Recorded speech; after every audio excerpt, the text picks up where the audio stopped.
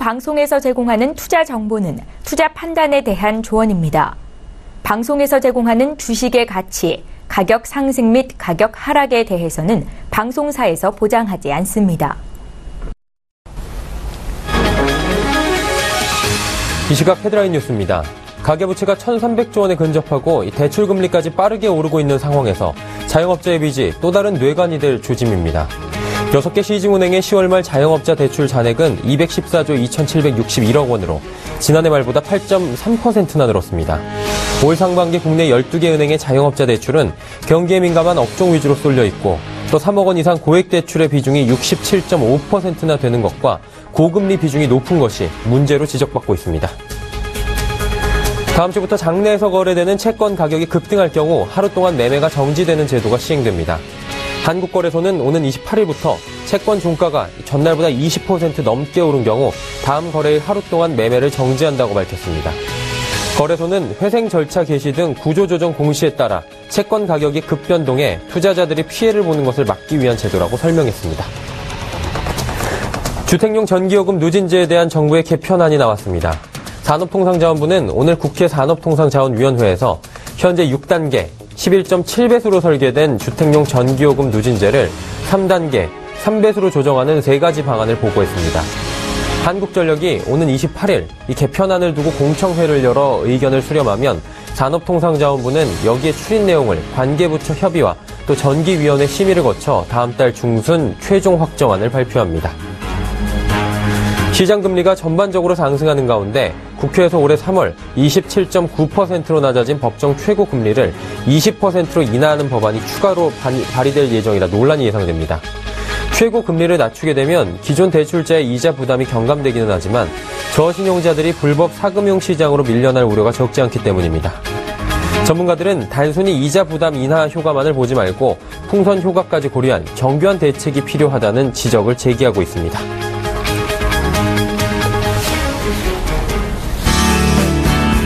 시청자 여러분 안녕하십니까. 오늘장 내일장 일부 서정덕입니다. 간밤에 뉴욕 증시 상황은 또 좋았다고 합니다. S&P 지수 그리고 다우지수 같은 경우에는 간밤에도 상승하면서 사상 최고치를 경신을 했다고 합니다. 그러다 보니 어제 상승 흐름을 이어갔던 코스피 지수 오늘도 좀 이어가 줄까라는 생각이 들었고요. 코스닥 같은 경우에 기술적 반등이 좀 나와주지 않을까라는 생각이 들었는데 나와주지 않았죠. 미국과의 디커플링이 지금 이어지고 있는 상황인데요. 이 디커플링 비단 미국과 신흥국과의 문제만으로 우리나라는 보기 좀 어려운 상황인 것 같습니다. 국내 정치적 악재들의 잇단 등장으로 일단은 투심이 굉장히 악화가 되어 있는 상태고요. 수급 주체도 문제가 있어 보입니다. 글로벌 증시와는 좀 동떨어진 상황을 현재 보이고 있는 건데요. 현재 상황은 어떤지 정확히 진단을 해보도록 할 거고요. 또 해법은 어디에 있는지 찾아보도록 하겠습니다. 먼저 우리 지수부터 확인하도록 하죠. 코스피 지수입니다. 1974포인트에서 움직이고 있습니다. 0.68% 하락을 했고요. 13.61포인트 하락했습니다. 어제 상승폭 모두 반납을 한 모습들을 보이고 있습니다. 일중 흐름들 빠르게 살펴보도록 하죠. 일단은 소폭 하락한 1985포인트로 출발을 했습니다. 장중에 상승 반전도 잠깐 있었는데 다시금 내주면서 지금 현재 1974포인트까지 밀려 있고요. 현재 포인트가 오늘의 저가라고 보시면 되겠습니다. 수급 주체들은 어떨까요? 개인은 매수합니다. 406억 원 정도 매수하고 있고요. 4거래일 만에 개인이 매수로 돌아왔다라는 걸 보실 수가 있고요. 외국인은 반대로 파는데 1,340억 원 정도 내다 팔고 있습니다. 6거래일 만에 매도 전환했는데 매도폭이 오늘 굉장히 크죠. 기관은 3거래일 연속 매수고 연기금과 금융투자 쪽이 오늘 매수를 하고 있다라고 보시면 됩니다. 802억 원 정도 기관이 매수하고 있습니다. 자, 코스닥 살펴봅니다. 코스닥은 현재 595포인트에서 움직이고 있습니다. 0.85% 하락하고 있는 모습인데요. 1% 넘게 하락을 했던 모습들도 보였지만 조금은 지금 낙폭을 줄인 상태입니다. 일중 흐름을 살펴보면서 조금 더 자세히 이야기 나눠보도록 하죠. 강보합권에서 출발해서 603포인트까지 올라주면서 오늘 좋은 분위기를 내는가라는 생각도 들었습니다. 하지만 590선까지 떨어지면서 낙폭이 커지기도 했고요. 현재도 595포인트 흐름 자체가 좋다고 절대 할 수 없는 상황입니다. 수급 상황도 살펴볼까요? 개인 외국인은 사고 기관은 팔고 있는 모습입니다. 개인은 오늘까지 6거래일째 매수를 하고 있는데 94억 원 정도, 큰 폭의 매수는 아닙니다. 저가 매수에 오늘도 동참을 하고 있는 모습이고요. 외국인이 매수가 있습니다. 77억 원인데 전 시간대에 비해서 매수폭이 커지긴 했지만 여전히 굉장히 크다라고 말씀은 드릴 수 없겠습니다. 기관은 121억 원 정도 순매도하고 있는 모습입니다. 자, 국내 증시 흐름 여기까지 살펴보도록 하겠습니다. 장 마감 전략과 그리고 관심 업종 살펴드릴 오인의 투자 전략 이어갑니다.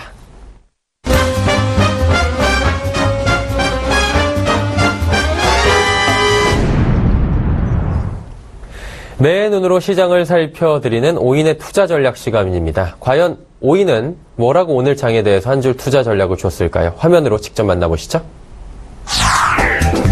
자, 메리츠증권증권 본사 영업부의 이재우 차장 지금 보이시죠? 너무 많이 빠졌다. 자율 반등 구간이라고 주셨는데 지수는 많이 빠졌고 자율적으로 반등할 수 있는 구간이다라고 말씀을 해주신 거 보니까 이제 바닥을 좀 다지고 있는 게 아닌가라고 생각하시는 것 같아요. 메리츠증권증권 강남금융센터의 전희승 과장님 뭐라고 하셨을까요? 수급 불균형의 연속, 섣부른 하반 경직 전망은 금물이다. 수급이 굉장히 지금 꼬여있고 안 좋다라는 말씀들을 많이 하는데 그 이야기를 해주시면서 하반 경직 전망은 함부로 하지 말자라고 주셨습니다. 하나금융투자증권 원주 지점의 박남현 부장, 믿지 못할 외인, 수급 공백 투자 심리 꽁꽁, 모멘텀 강한 종목으로 단기 트레이딩만 가능하다라고 남겨주셨네요. 메리츠증권증권 여의도 금융센터의 김민수 부장입니다. 굉장히 짧은 코멘트네요. 역시나 다양한 의미가 담겨있는 것 같습니다.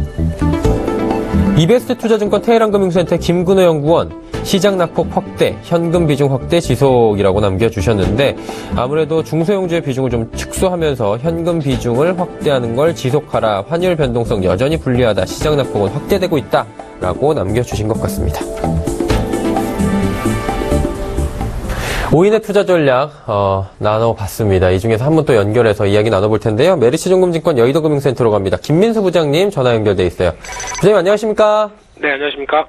오늘 한 줄 투자 전략이 굉장히 짧고 명쾌하면서도 다양한 의미를 함축하고 있는 것 같습니다. 역시나 이라고 남겨주셨는데 어떤 내용일까요? 네, 그 점점점 안에 드릴 얘기가 상당히 많은 상황인지 않나 생각되고 있는데요.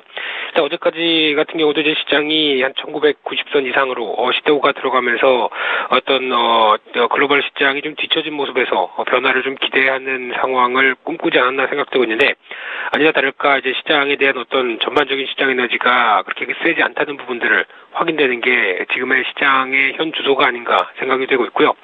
일단 무엇보다도 가장 먼저 눈여겨봐야 될 부분들이 환율이라고 생각이 들고 있는데요. 이 환율 같은 경우 이제 달러와 강세, 즉 미국만 챙기는 시장의 분위기가 나오다 보니까 미국만으로 어떤 시장의 자금이나 아니면은 에너지가 집중이 되는 상황 쪽에서 다른 신흥국 쪽으로의 전파나 신흥국에 대한 기대감이 오히려 더 소멸되고 있는 그런 상황 쪽으로 해석을 해야 될 것 같고요. 그런 차원에서 봤을 때 환율이 빠르게 지금 움직이는 약세에 대한 변화들, 이런 부분들이 아무래도 시장에 대해서 기대할 수 있는 부분들에 대한 흐름들을 많이 좀 위축시킨다라는 쪽으로 그렇게 봐야 될 것 같은데요. 오늘 같은 경우도 다시 이제 1180원대 안쪽으로 원달러 환율이 진입하기 시작하면서 일단 지금 분위기라고 하게 되면 약간 1200원대 쪽까지는 진입 가능한 게 아니냐라는 어떤 그런 흐름들 쪽에서 원달러 환율이 약세를 보인다고 한다면 당연히 외국인들에 대한 수급이 좋아질 리가 없는 상황들이고요.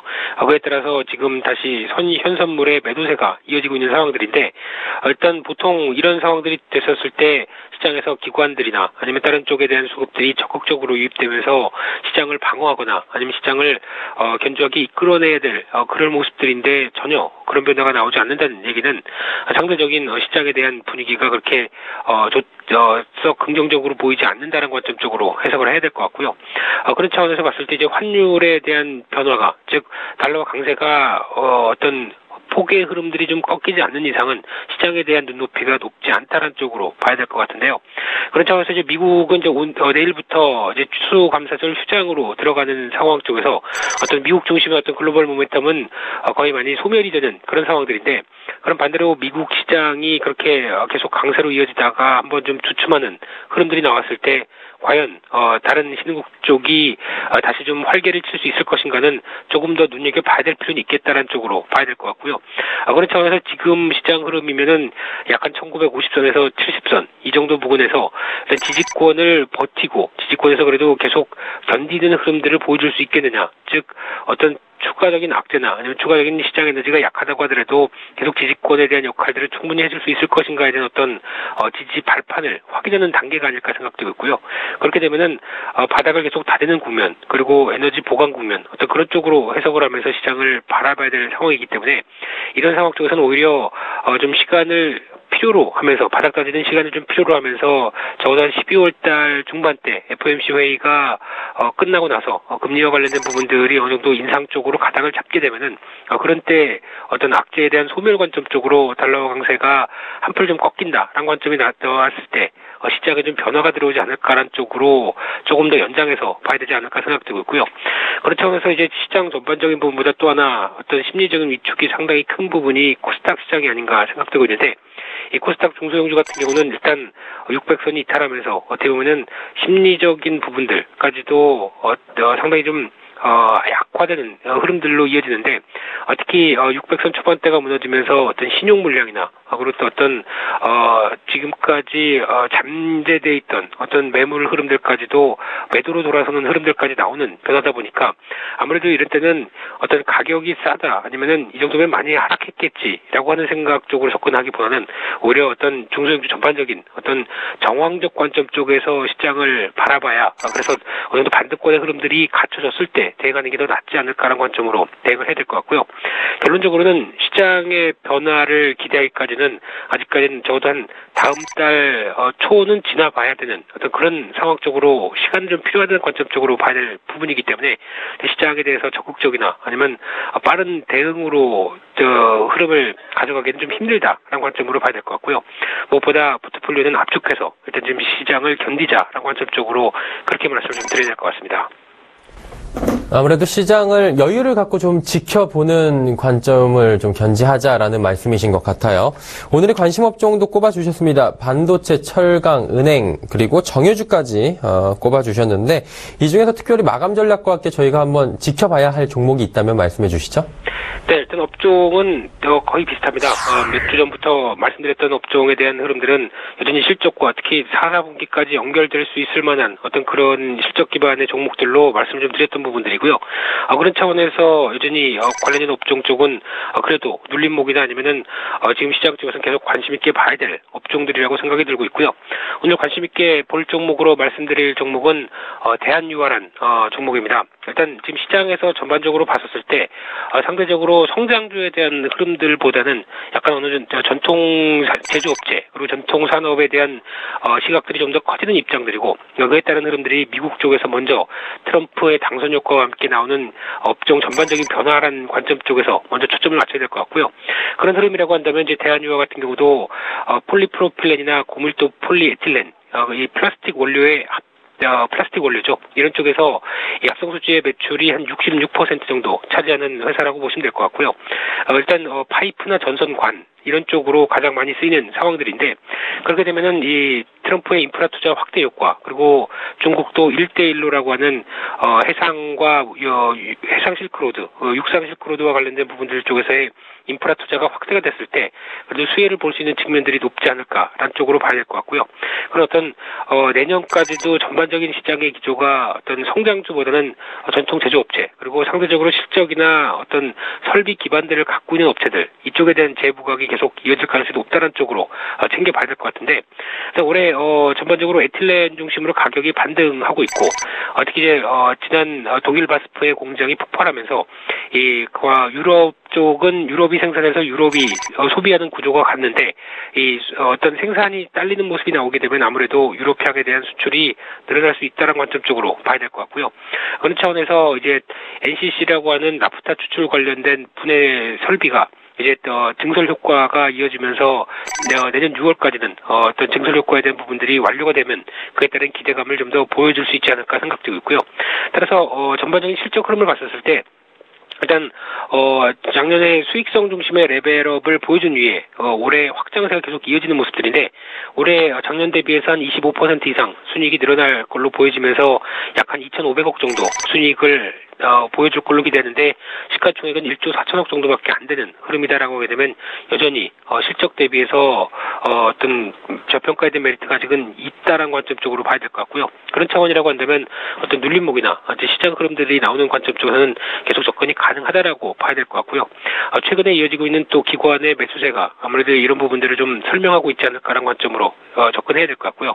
따라서 목표가는 일단 26만 원대 그리고 손절가는 20만 4천 원대로 대응하는 전략을 말씀드리도록 하겠습니다. 네, 대한유화까지 이야기를 들어봤습니다. 매수가 현재가 목표가 26만 원, 손절가 20만 4천 원 제시해 주셨습니다. 메리츠 중금융권 여의도금융센터 김민승 부장과 함께했습니다. 오늘 말씀 감사합니다. 네, 감사합니다.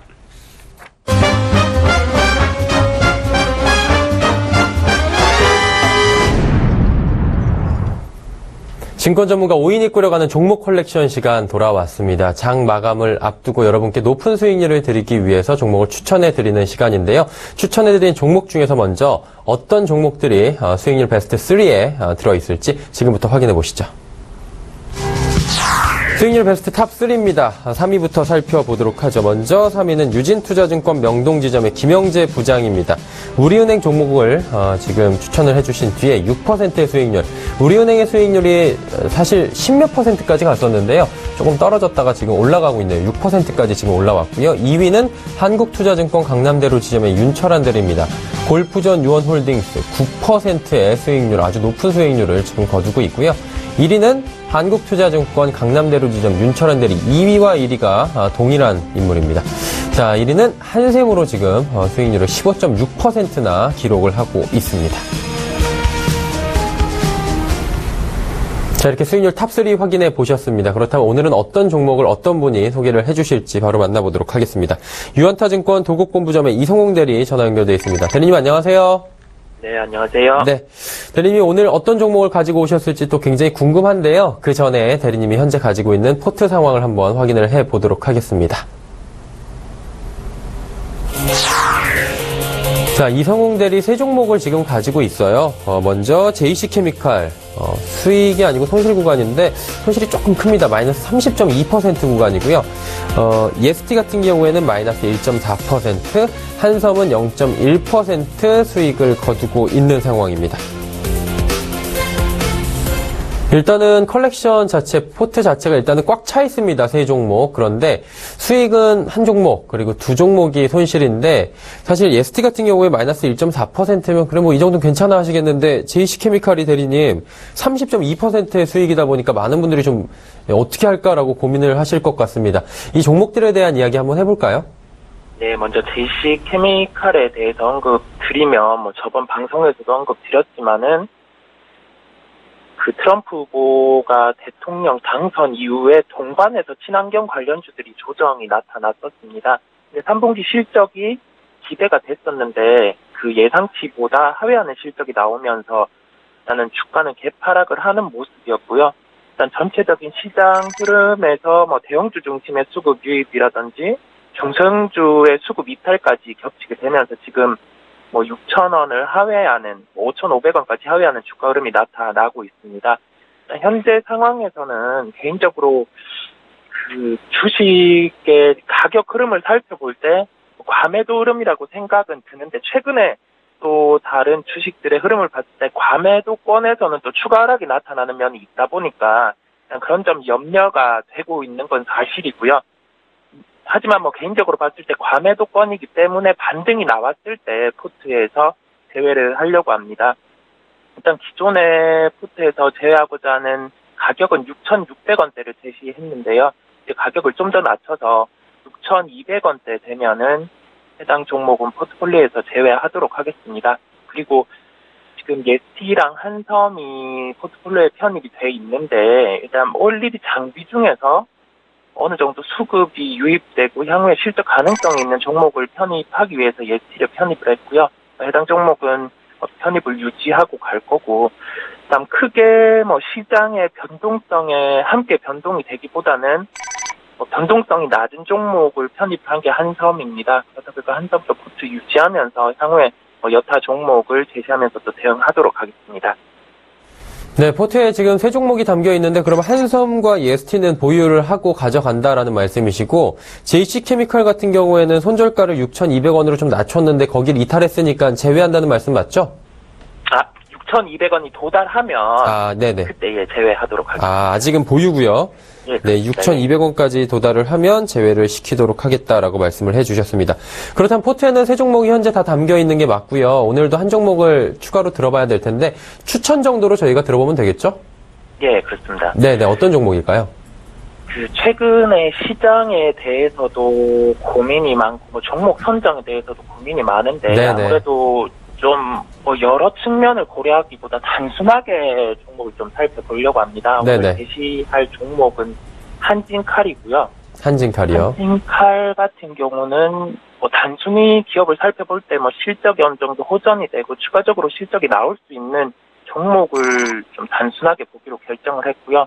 한진칼 같은 경우는 3분기에 연결 기준 매출액이 1,939억 원, 영업이익이 526억 원으로 어닝 서프라이즈를 기록했습니다. 일단 진에어를 비롯해서 추가적인 그런 계열사들의 실적이 고르게 성장을 했고요. 일단 성수기 환경적인 측면도 있었지만 항공기 노선 확대 효과가 극대화된 것으로 보입니다. 일단 추가적으로 비수기가 되더라도 이런 항공기 노선의 확대 효과가 긍정적으로 실적에 또 반영이 될 것 같고요. 가장 큰 포인트는 한진해운의 법정 관리로 인해서 지원에 대한 불확실성이 해소되었다는 점입니다. 올해 3분기에는 한진해운 상표권 관련해서 송산 차손도 반영이 됐기 때문에 향후의 불확실성 해소와 추가적인 실적 상승 모멘텀이 있다는 점에서 해당 종목은 관심을 가지고 살펴볼 필요가 있다고 결론 짓겠습니다. 매수가는 15,000원에서 16,000원 밴드를 제시하고요. 목표가는 22,000원, 손절가는 14,000원을 제시합니다. 매수가가 현재가보다 조금 낮은데 기다려달라는 말씀이신 거죠? 네, 그렇습니다. 아무래도 시장 흐름이 최근에 변동성이 많고 네. 하방 쪽으로 좀 더 쏠려 있다 보니까 매수 가격을 고수적으로 잡았습니다. 지금까지 종목 컬렉션 유한타증권 도국본부점의 이성홍 대리와 함께했습니다. 오늘 말씀 감사합니다. 네, 감사합니다. 네, 종목 컬렉션까지 오늘장 내일장 1부 함께 하셨는데요. 잠시 뒤 2부 예고해드리도록 하겠습니다. 잠시 뒤 2부에서는요. 오늘장 이슈 준비가 되어 있습니다. 하나금융투자증권 리서치센터 김두원 연구원 전화 연결해서 글로벌 주요 이벤트와 증시 방향성에 대해서 한번 짚어보도록 하겠습니다. 이슈 칼럼 준비되어 있습니다. 미중산업경제연구소 조윤康소장과 함께 미국 무역정책, 시장의 방향성에 대해서 이야기를 나눠보도록 하겠습니다. 핫이슈 종목도 준비가 되어 있습니다. 메가경제연구소 정윤성 소장 출연하는데요. 전기차 이슈 관련주 집중 분석해보도록 하겠습니다. 저희는 잠시 뒤 2부에서 뵙겠습니다. 감사합니다.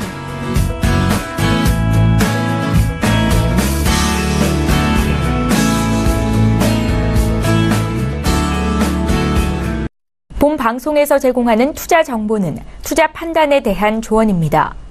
방송에서 제공하는 주식의 가치, 가격 상승 및 가격 하락에 대해서는 방송사에서 보장하지 않습니다.